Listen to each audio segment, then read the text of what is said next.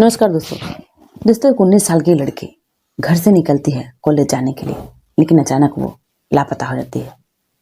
लेकिन जब वो मिलती है तो कैसे छुपा होता है एक कोड वर्ड में उसके लाश का पता, यानी उसके लाश भी कहाँ पे है वो भी एक कोड वर्ड में लिखा होता है। अब कोड वर्ड पुलिस के लिए भी एक चैलेंज होता है कि आखिर ये कोड वर्ड है क्या चीज, और लाश इस कोड वर्ड से कैसे पता लगाया जा सकता है कि आखिर ये लाश कहाँ पे है। दोस्तों, मैं ये कहानी आप लोग को सुनाऊं उससे पहले मैं आप लोग के पास मिनिमम आग्रह पहुंचाना चाहूंगी। अगर हमारी वीडियो आप लोग को अच्छी लगती है तो प्लीज चैनल को सब्सक्राइब करिए, लाइक करें तथा शेयर करें और हमारे मनोबल को आगे बढ़ाइए, क्योंकि आपके एक लाइक एक सब्सक्राइब की वजह से ही हमारा जो चैनल है वो चल पाएगा। इसलिए मैं आप लोग के पास बार बार यही चीज़ कहती हूँ कि प्लीज चैनल को सब्सक्राइब करिए, लाइक करें तथा शेयर करें। जैसे जिस सच्ची घटना में सुना रही हूँ, ये सच्ची घटना है नवी मुंबई का। नवी मुंबई का एक इलाका लगता है कलम्बोली इलाका। कलम्बोली इलाके की रहने वाली एक 19 साल की लड़की जिसका नाम होता है वैष्णवी मनोहर बाबर, ये 12 दिसंबर 2023 को घर से निकलती है स्कूल जाने के लिए। ये लड़की एक स्कूल होता है SIES, इस स्कूल में ये कॉमर्स की छात्रा थी, ये फर्स्ट ईयर की स्टूडेंट थे। ये लड़की जब घर से निकलती है इस स्कूल में पढ़ाई करने के लिए, जब जाती है इसके बाद वो लापता हो जाती है। उसका कहीं पता नहीं चलता है। परिवार वाले काफ़ी तलाश करते हैं, यानी उसके नंबर से लेके उस लड़की के जहाँ जहाँ पहचान वाले होते हैं, उनकी जितनी भी सहेलियाँ होती हैं, रिलेशन से जहाँ जहाँ तक लगता है परिवार को कि ये लड़की जा सकती है, इसका परिचय है, हर जगह परिवार वाले तलाश करते हैं, लेकिन उस लड़की का कहीं पता नहीं चलता है। फिर परिवार वाले उस कलम्बोली पुलिस स्टेशन में इस लड़की की गुमशुदगी का रिपोर्ट दर्ज कराते हैं। अब 15 दिन के आसपास बीत जाता है, लेकिन पुलिस के हाथ कुछ भी नहीं लगता है। इधर ठीक 12 दिसंबर को ही एक लड़के की लाश मिलती है। वो जो लाश होती है वो जूहीनगर रेलवे स्टेशन के ट्रैक पे वो लाश मिलती है। ठीक उसी 12 दिसंबर को उम्र लड़के का होता है 24-25 साल के आसपास। अब पुलिस यानी रेलवे पुलिस उस लड़के के लाश को देखती है। देखने से भी पुलिस कहती है कि ये लड़का खुदकुशी किया है। फिर उसके पास से कुछ सामान मिलते हैं, मोबाइल भी मिलता है। अब मोबाइल से उसके घर का पता लगाती है पुलिस, और लगा करके इस लड़के की लाश को उसके परिवार वालों को सौंप देती है। लेकिन जो मोबाइल होता है वो मोबाइल पुलिस अपने पास रखती है, यानी उस मोबाइल को पुलिस ट्रेस प्रॉपर्टी मानते हुए उसको माल खाने में रख देती है उस मोबाइल को। क्योंकि मामला खुदकुशी का था, इसलिए मोबाइल परिवार वालों को नहीं देती है पुलिस, रेलवे पुलिस। इधर दिन पर दिन समय बीतता जा रहा था, लेकिन इस लड़की का कहीं पता नहीं चल रहा था कि आखिर ये लड़की कहाँ है। 15 दिन के आसपास बीत गए, लेकिन पुलिस के हाथ कुछ भी नहीं लगा। फिर 6 जनवरी को जो नवी मुंबई पुलिस के कमिश्नर होते हैं, जिनका नाम होता है मिलिंद भांबे, वो इस लड़की को ढूंढने का जिम्मा उठाते हैं। यानी पहले इसका जो कार्रवाई था वो उस तरह से नहीं हो रहा था जिस तरह से होना चाहिए इस लड़की के तलाश करने में। फिर ये नवी मुंबई क्राइम ब्रांच के जो DCP होते हैं, जिनका नाम होता है अमित काले, इनको ये कमान सौंपते हैं कि इस लड़की की खोजबीन करिए, इस लड़की की तलाश करिए। अब ये कई टीम बनाते हैं। फिर पुलिस वाले जगह जगह CCTV जो होते हैं उसको खंगालने लगते हैं।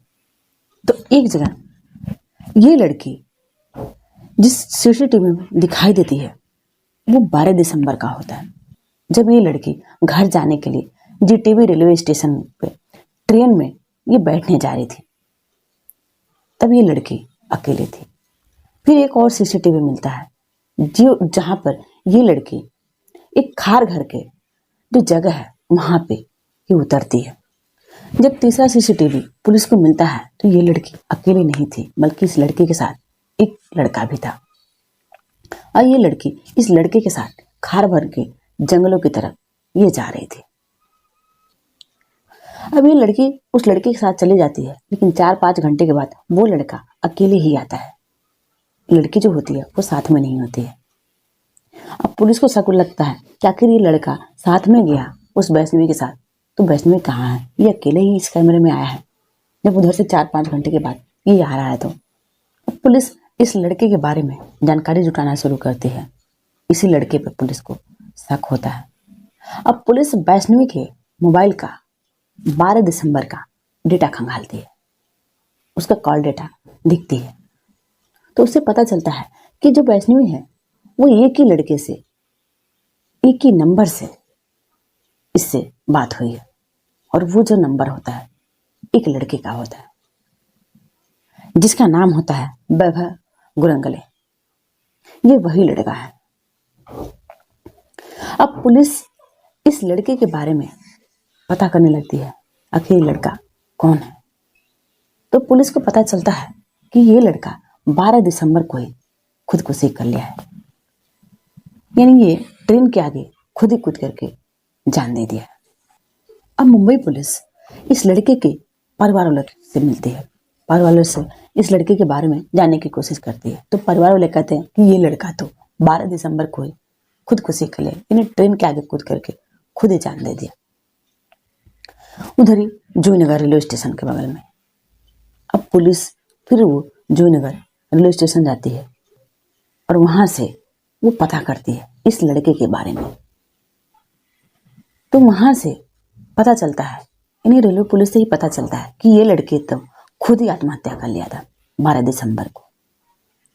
इसका एक मोबाइल भी मिला था, कुछ सामान भी मिला था, लेकिन सामान और मोबाइल तो हम लोगों ने रख लिया, लेकिन इसके जो लाश था उस मोबाइल के आधार पर इसका हर चीज जान करके इसके परिवार वालों को इसके लाश सौंप दी गई थी। इसके परिवार वाले तक इसका काम क्रिया भी कर चुके हैं।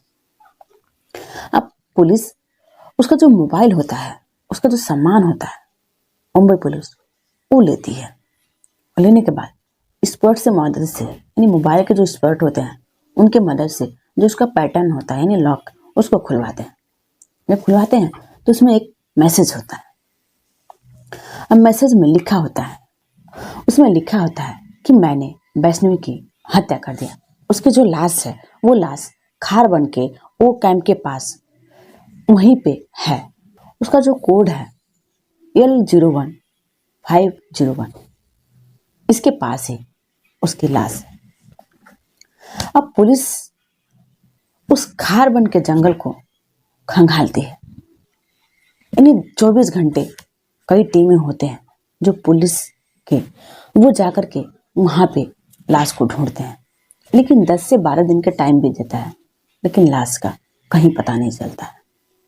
ड्रोन की भी मदद ली जाती है उस लाश को ढूंढने में, लेकिन फिर भी कहीं पता नहीं चलता है कि आखिर ये कोड वर्ड है क्या चीज और लाश यहाँ पे कहाँ है। अब पुलिस सोचती है कि इस कोड वर्ड के पीछे का मकसद क्या है, आखिर इसके लाश को जो छुपाया है तो ये कोड वर्ड क्यों लिखा है, इसका सहारा क्यों लिया है, इसके दिमाग में कोड वर्ड आया कैसे, और ये कोड वर्ड से कैसे पहचान सकेगा कोई कि ये लाश कहाँ पे है। अब पुलिस के लिए ये सबसे बड़ा चैलेंज बन जाता है, क्योंकि लाश को ड्रोन की मदद से भी ढूंढा जाता है लेकिन कहीं पता नहीं चलता है। अब पुलिस गूगल के माध्यम से, स्पॉट से माध्यम से इस कोड को डिकोड करने की कोशिश करती है कि आखिर इस कोड का मकसद क्या है, इस कोड का जो लिखा हुआ है ये क्या चीज है और कैसे लाश का पता लगाया जाता है। फिर 16 जनवरी को मुंबई पुलिस जो फॉरेस्ट डिपार्टमेंट के जो अफसर होते हैं उनसे पुलिस मिलती है, यानी यही जो खारबन का जो जंगल है इसके जो अफसर होते हैं, यानी इस फॉरेस्ट डिपार्टमेंट के जो अफसर होते हैं उनसे पुलिस मिलती है और उनसे इसके बारे में जानने की कोशिश करती है आखिर ये कोड वर्ड क्या चीज है। फॉरेस्ट डिपार्टमेंट के जो अफसर होते हैं वो पुलिस वालों को लेकर के उस जंगल में जाते हैं और वो कुछ भी नहीं देखते हैं, डायरेक्ट उसी कोड वर्ड की जगह पे ही लेके जाते हैं। जैसे जो कोड वर्ड था ये जंगल का एक पेड़ का कोड वर्ड था, यानी जंगल में बहुत सारे पेड़ थे लेकिन अलग अलग पेड़ों का एक एक कोड था, और इसी पेड़ का जहाँ पे ये लाश थी जिस पेड़ के नीचे, उसी पेड़ का जो कोड था, उस पेड़ के ऊपर उसी कोड को ये अपने मोबाइल में लिखा था। अब पुलिस जब जाती है वहां पे, लगभग 20 दिन के आसपास जब बीत जाते हैं, तो वहीं से उस लड़के की लाश मिलती है। ये वही जगह है, ये वही पेड़ है जिसके नीचे से लड़के की लाश मिलती है। अब सवाल ये उठता है कि आखिर इस लड़के ने इस लड़की की हत्या क्यों की। दरअसल ये लड़की और ये लड़का, इन वैष्णवी और वैभव गुरंगले, ये दोनों एक दूसरे से प्यार करते थे। जो लड़की थी वो ग्रेजुएशन फर्स्ट ईयर की छात्रा थी और जो लड़का था वो 12वीं पास करके जॉब करता था। दोनों एक दूसरे से प्यार करते थे, लेकिन दोनों की जो जाति थी वो अलग अलग थी, इसलिए परिवार वाले कभी मंजूरी नहीं दे रहे थे इन दोनों की शादी करने के लिए। ये बात लड़की के परिवार वालों को पता चल गया था, तो लड़की के परिवार वाले इस लड़की को दबाव बनाने लगे, तुम उस लड़के से पीछा छोड़ाओ, तुम उस लड़के के पास नहीं जाओ, उससे तुम दूरी बनाओ। फिर ये लड़की इस लड़के से दूरी बनाती है, जितने भी सोशल मीडिया से उसका कनेक्ट होता है वो सारे ब्लॉक कर देती है और इस लड़के से भी मिलना जुलना बंद कर देती है।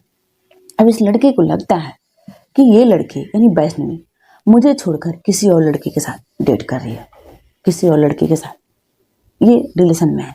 इसी के शक में इस लड़के ने खारबन के जंगलों में इस लड़की को ले जा करके उसकी हत्या कर दिया। जब उधर से ये 4-5 घंटों के बाद वापस लौटा तो ये खुद ही उस लड़के के प्यार में इस कदर ये पागल था कि खुद ही आत्महत्या ये भी कर लिया। इस जूनगर रेलवे ट्रैक पे खुद ही कूद गया और अपनी जान दे दिया।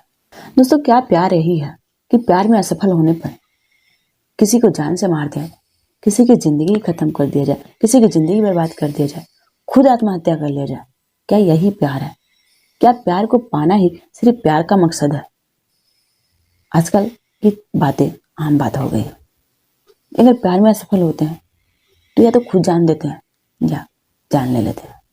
दोस्तों, हमारे कहानी सुनने का मकसद किसी को परेशान करना नहीं, किसी को विचलित करना नहीं, किसी की भावनाओं को ठेस पहुंचाना नहीं, बल्कि आप लोग को सतर्क करना। जय हिंद, जय भारत।